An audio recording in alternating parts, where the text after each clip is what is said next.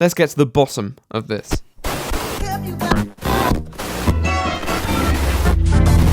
Hello ladies and gentlemen, and welcome to The Right Opinion, the home of a twat with too much free time. And in case you haven't noticed, I'm not a very ceremonial person. While many people were pumping out Christmas-themed contents, the Grinch opinion over here hadn't even changed his Twitter AVI or named to something mildly festive. Nor have I really done videos on any other joyous periods. However, now and then a period may invoke me to do something that I would not typically do otherwise. Today's topic is one of those very few. So on the 1st of February, I was reminded of something that had gathered dust in the back of my brain. That is LGBT History Month. Twitter were kind enough to remind me with a cheeky hashtag slapped in the trends for me. So being the nosy bugger that I am, I decided to click on it and see what mostly people were saying. Now, it was the usual positivity stuff, and it's vacuous but mostly harmless, so who am I to judge? No, the spicy stuff that caught my eye was this one very provocative tweet, nicely tucked in amongst all the self-affirmative content. What does the tweet say, I hear you ask? Not that actually anyone's asking that, and I'm pre-recording my voice, and that's a fucking stupid concept and idiotic thing to think at all, but yeah.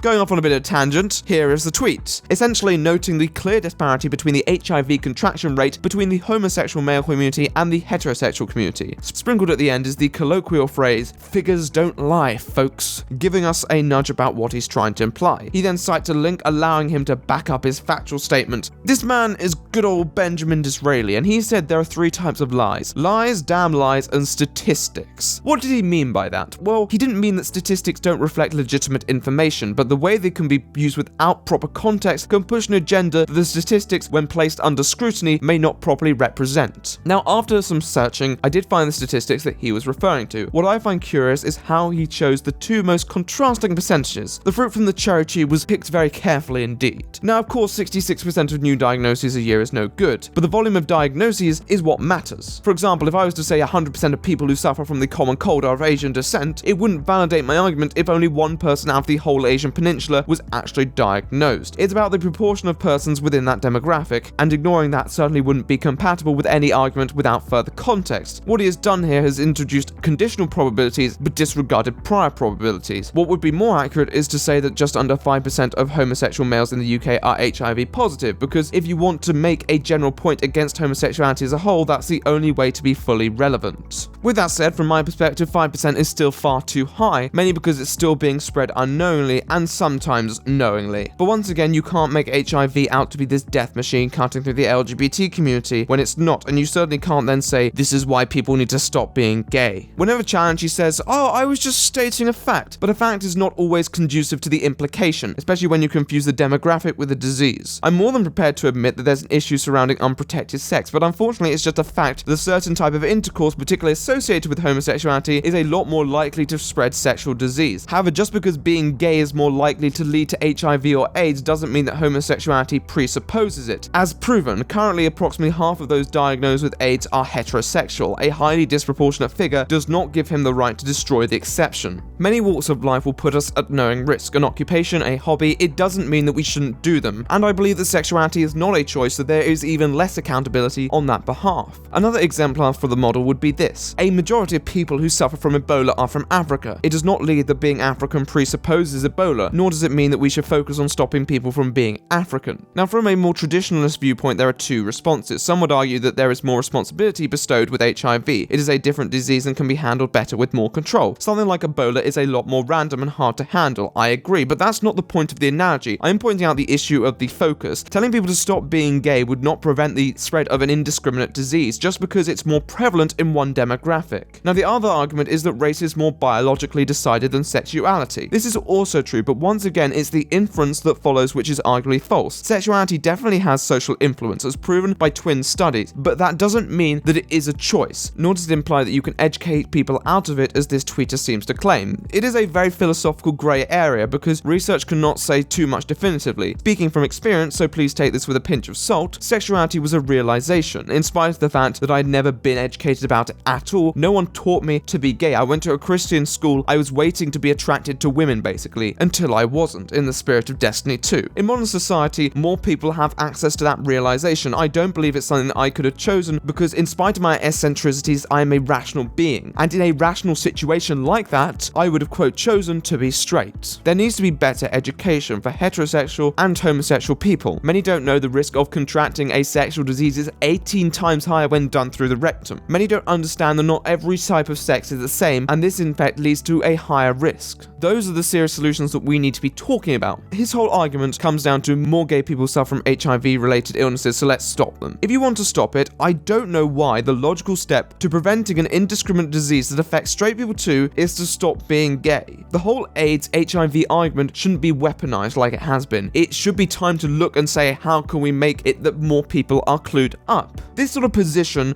is what I call the veil of vested interest. Don't do this, kids. You might deal with a problem that we so badly care about, but don't care about enough to solve. Not to mention that you can choose to do all these other things that will entail risk, but just not this thing. This thing's too bad. For me, this is the sort of stuff that's masqueraded in the common good, but really just reflects a very personally idealistic vision of society, and his comments later regarding it as perverse just say to me that it's more of a social order issue to him, and I always find that rather snowflake-like. HIV is shit, AIDS is shit, and all that is shit, but I don't understand why it reflects any sort of degeneracy, maybe an ignorance, maybe a habitual over-sexualization, which is acknowledged, but it's one of those things. It's just important that with that sexualization doesn't come a carelessness, and that's what we need to work on. Now, that's not to say the gay community shouldn't pay attention to it. On the contrary, to all you fangs out there, I get it, it's easy, spur of the moment. You don't have to worry about impregnating a dude, but please, either you get some protection or you make sure they get some protection, or both preferably. Although research into HIV and AIDS has come a mighty long way, it would be much better to spare the hassle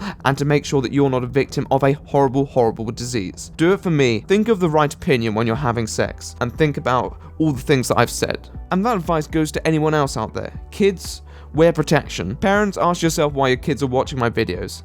Cunts. Oops.